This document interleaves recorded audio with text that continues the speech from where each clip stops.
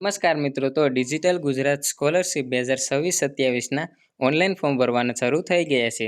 તો તમારી જાતે મોબાઈલના માધ્યમથી સ્ટેપ બાય સ્ટેપ ફોર્મ કેવી રીતે ભરવું તેના વિશેની સંપૂર્ણ માહિતી એટલે કે રજિસ્ટ્રેશનથી લઈ અને ફાઇનલ પ્રિન્ટ સુધીની તમામ પ્રોસેસ આપણે આજના વિડીયોમાં જોઈશું. તો ફોર્મ ભરવા માટે તો સૌપ્રથમ તમારે ડિજિટલ ગુજરાતની વેબસાઇટ પર આવી જવાનું છે અને લિંક આ વિડીયોના ડિસ્ક્રિપ્શનમાં તમને આપી દઈશ. ત્યારબાદ અહીં જે 3 લાઇન છે તે 3 લાઇન પર તમારે જે છે તે ક્લિક કરી અને નીચે જે છે તે લોગિન અને રજિસ્ટર તેના પરથી તમારે સિટીઝન લોગિન પર ક્લિક કરવાનું છે.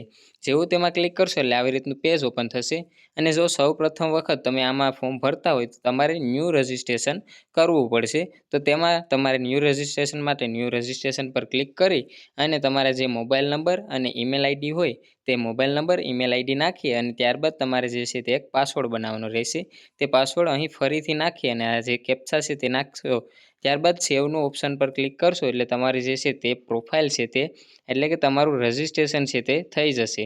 રજિસ્ટ્રેશન કર્યા બાદ તમારે ફરીથી લોગિનના ઓપ્શન પરથી ક્લિક કરવાનું છે અને ત્યારબાદ અહીં જોઈ શકો છો કે નો યોર સિટીઝન આઈડી તેની નીચે જે છે તે તમારે જે છે તે જે પણ મોબાઈલ નંબર અથવા ઈમેલ આઈડી નાખી હોય તે સિલેક્ટ કરી અને ત્યારબાદ તમારો યુઝરનેમ અને પાસવર્ડ નાખી અને આ જે કેપ્ચા છે તે તમારે ફિલઅપ કરવાના રહેશે.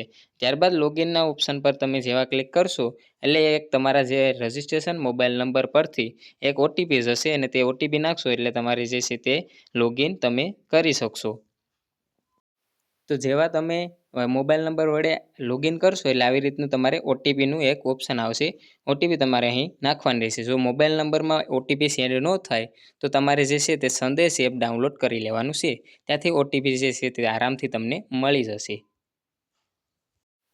જેવા તમે લોગિન કરશો એટલે આવી રીતનું એક નવું પેજ ઓપન થશે અને સૌપ્રથમ તમારે જે છે તે અહીં 3 લાઇન પર ક્લિક કરી અને તમારી પ્રોફાઇલ અપડેટ કરવાની રહેશે. પ્રોફાઇલ અપડેટ માટે તમારે અહીંથી ક્લિક કરી અને અહીં જોઈ શકો છો પ્રોફાઇલનું ઓપ્શન આપશે. તેમાં તમારે ફક્ત ને ફક્ત તમારી પર્સનલ ડિટેલ જેમાં તમારું નામ, પછી તમારા પિતાનું નામ, માતાનું નામ અને તમારે ઈમેલ આઈડી અને મોબાઈલ નંબર જે છે તે નાખવાનો રહેશે. ત્યારબાદ તમારે આ જે છે તે આગળની પ્રોસેસ માટે ફરીથી અહીં આવી અને તમારે 3 લાઇન પર ક્લિક કરી અને સર્વિસ પરથી તમારે જે છે તે સ્કોલરશિપ સર્વિસનું ઓપ્શન આવશે. તે સ્કોલરશિપનું ઓપ્શન જે છે તે સિલેક્ટ કરવાનું રહેશે.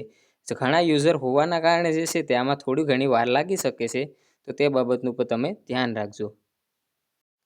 તો જેવા તમે સ્કોલરશિપ સર્વિસ પર ક્લિક કરશો એટલે આવી રીતનું પેજ ઓપન થશે અને તમારી જે પણ કેટેગરી હોય તેમાંથી તમારે સિલેક્ટ કરી અને જે છે તે આગળ ફોર્મ ભરવાનું રહેશે.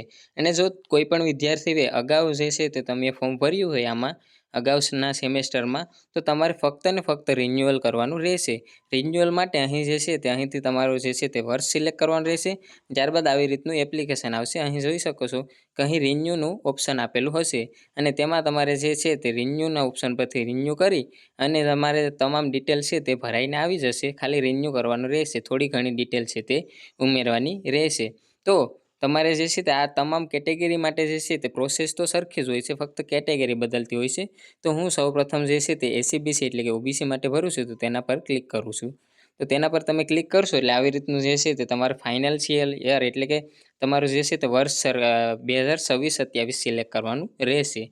ત્યારબાદ જે છે તે તમારે જે છે તે આવી રીતનું નવું જે છે તે પેજ ઓપન થશે અને જે પણ ઓબીસીના વિદ્યાર્થી હોય છે તે ઓબીસીના વિદ્યાર્થી મિત્રોને પીએમ યશસ્વી પોસ્ટ મેટ્રિક સ્કોલરશિપમાંથી જ તમારે ફોર્મ ભરવાનું રહેશે ડિજિટલ ગુજરાત માટે. બાકી અલગ અલગ કેટેગરી પ્રમાણે જે છે તેમાં અલગ અલગ રીતનું ફોર્મ હોય છે.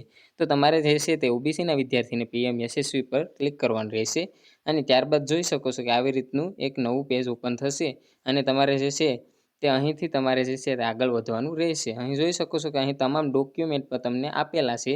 તો તે ડોક્યુમેન્ટ પણ હું તમને ગુજરાતી ટ્રાન્સલેટ કરી અને જણાવી દઉં કે કયા કયા ડોક્યુમેન્ટ તમારે જરૂર પડશે. તો સૌપ્રથમ હું ટ્રાન્સલેટ કરી લઉં જેથી કરી અને ગુજરાતીમાં સરળતા રહે. ઓકે, તો તમારે જે છે તે ડોક્યુમેન્ટની વાત કરું તો કે સક્ષમ અધિકારી દ્વારા જારી કરાયેલ તમારું જાતિનું પ્રમાણપત્ર, પછી તમારી બેંકની પાસબુક જોશે, પછી જે છે તે વર્તમાન કોર્સ હોય તો તેની ફીની પોસ્ટ જોશે, પછી તો કે તમારું જે છે તે માર્કશીટનું પ્રમાણપત્ર રહેશે, અગાઉના વર્ષની માર્કશીટ જોશે, પછી જો બ્રેક લીધો હોય તો તમારે જે છે તે એફિડેવિટ કરવાનું રહેશે એટલે કે તમારું સોગંદનામું જે છે તે કરાવવાનું રહેશે. પછી તો કે શાળાનું પત્ર એટલે કે પ્રમાણપત્ર વિદ્યાર્થીએ સ્કૂલનું પ્રમાણપત્રની જરૂર પડશે, પછી આવકનો દાખલો જે સક્ષમ અધિકારી દ્વારા જારી કરાયેલ આવકનું પ્રમાણપત્ર, પછી તમારી સ્કૂલ જો આગળ હોય એટલે કે તમારું LC સ્કૂલ છોડ્યાનું પ્રમાણપત્ર, શાળા છોડ્યાનું પ્રમાણપત્ર, પછી શાળા કે કોલેજનું બોનોફાઇડ સર્ટિફિકેટ ચાલુ વર્ષનું, પછી અપંગતા હોય તો તમારે જે છે તે અપંગતાનું પ્રમાણપત્રની જરૂર પડશે, અને તમારે શાળા કોલેજની ઓળખપત્ર. તો આમાં તમારે જે છે તે ફી, કોઈ પણ પ્રકારની ફી જે છે તે ચૂકવવાની રહેતી નથી, તો તે બાબતનું પણ ધ્યાન રાખજો.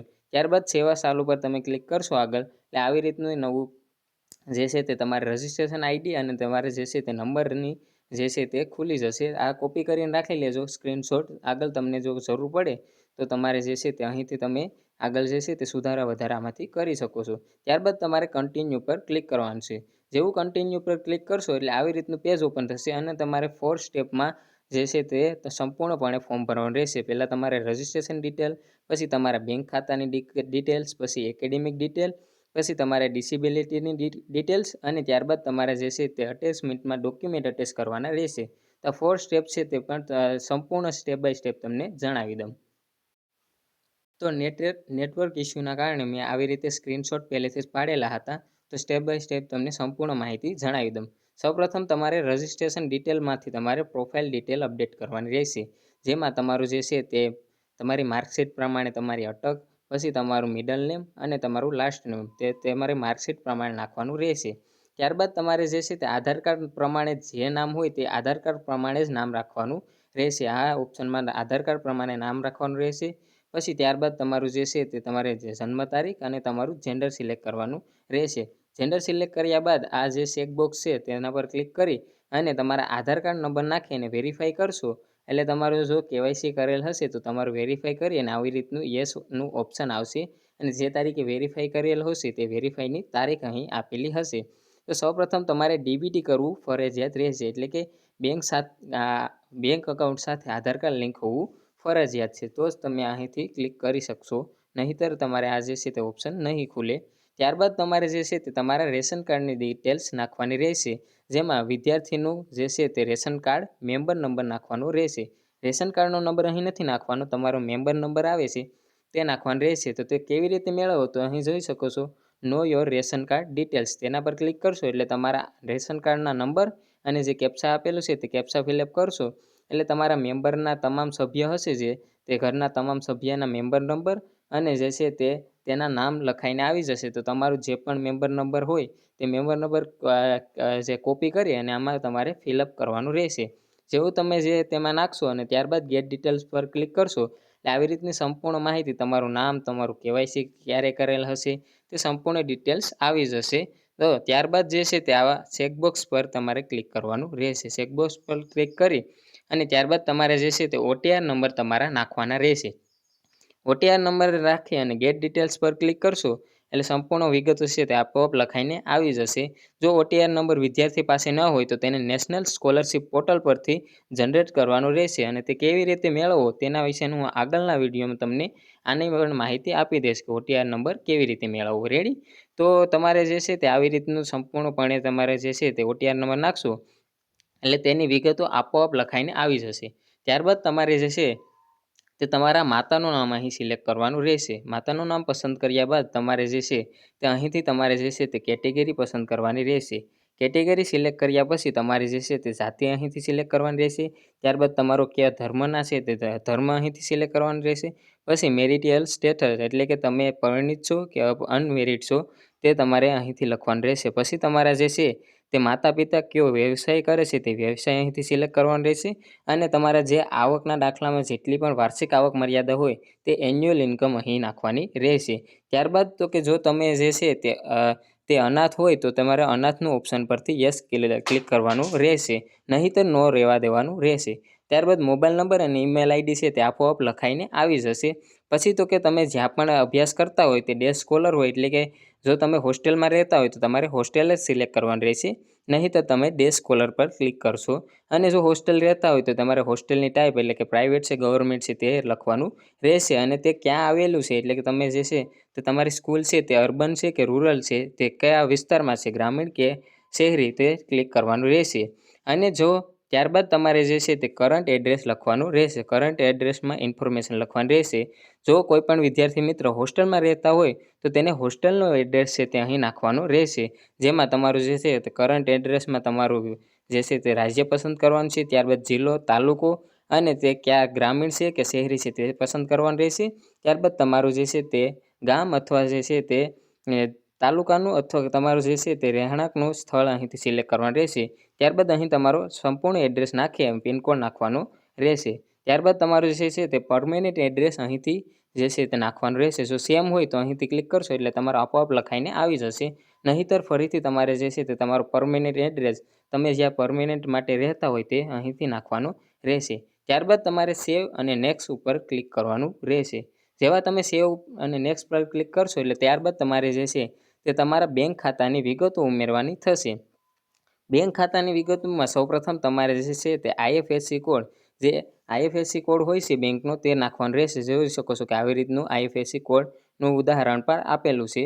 તો તમારે જે છે તે નાખી અને શો ડિટેલ્સ પર ક્લિક કરશો એટલે તમારે આપોઆપ વિગતો જે છે તે લખાઈને આવી જશે. જેમાં બેંકનું નામ હશે, ત્યારબાદ જે છે તે બેંકની બ્રાન્ચનું નામ હશે, ત્યારબાદ તમારે જે છે તમારા બેંકના ખાતા નંબર અહીંથી નાખવાના રહેશે. અહીં ખાતા નંબર નાખી અને ત્યારબાદ તમારે ફરીથી અહીં જે છે તે તમારા ખાતા નંબર જે છે તે નાખવાના રહેશે. અને એક બાબતનું ધ્યાન રાખજો કે જે પણ સ્ટાર કરેલ વિગત છે તે તમારે ફરજિયાત છે તે ભરવાની રહેશે. ત્યારબાદ તમારે બેંકને જે છે તે પાસબુકમાં જે પ્રમાણે નામ હોય તે પાસબુકમાં જે પ્રમાણે નામ હોય તે રીતે અહીં નાખી અને ત્યારબાદ તમારે જે છે તે ચેકબોક્સ પર ક્લિક કરી અને આગળ સેવ અને નેક્સ્ટ પર તમારે ક્લિક કરવાનું રહેશે. જો આગળ ભૂલ હોય ગયા ઓલામાં એટલે કે પ્રોફાઇલ ડિટેલ્સમાં તો તમારે પ્રિવ્યૂ કરી અને પાછળનું પણ તમે જોઈ શકો છો. ત્યારબાદ તમારે જે છે તે સેવ અને નેક્સ્ટ પર ક્લિક કરી અને તમારે એકેડેમિક ડિટેલ્સ નાખવાની રહેશે.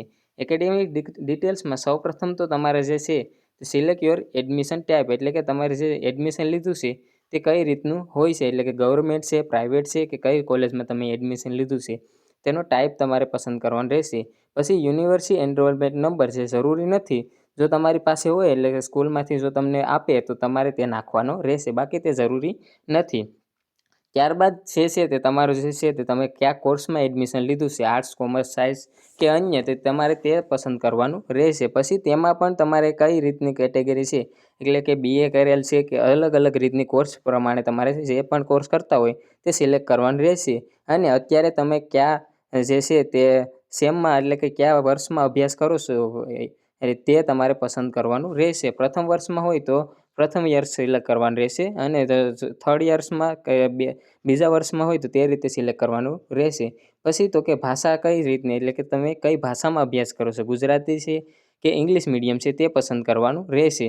ત્યારબાદ તે જે છે તે જે પણ જિલ્લામાં અભ્યાસ કરતા હોય તે જિલ્લાનું જે નામ લખવાનું રહેશે. કોલેજમાં જે પણ કોલેજમાં અભ્યાસ કરતા હોય તે કોલેજ અહીંથી પસંદ કરવાની રહેશે અને તેની જે છે તે બ્રાન્ચ સિલેક્ટ કરવાની રહેશે. કોર્સની બ્રાન્ચ છે તે અહીંથી સિલેક્ટ કરવાની રહેશે. તો આવી રીતે તમારે તમામ જે છે તે પ્રોસેસ છે તે કરવાની રહેશે. પછી તો કે તમારું જે છે તે પ્રેઝન્ટ ક્લાસ સ્ટાર્ટ ડેટ, એટલે કે તમારો જે છે વર્તમાન કોલેજ છે તે ક્યારથી શરૂ થઈ છે તે ડેટ અહીં લખવાની રહેશે અને ક્યારે એન્ડ થશે એટલે ક્યારે કમ્પ્લીટ થશે.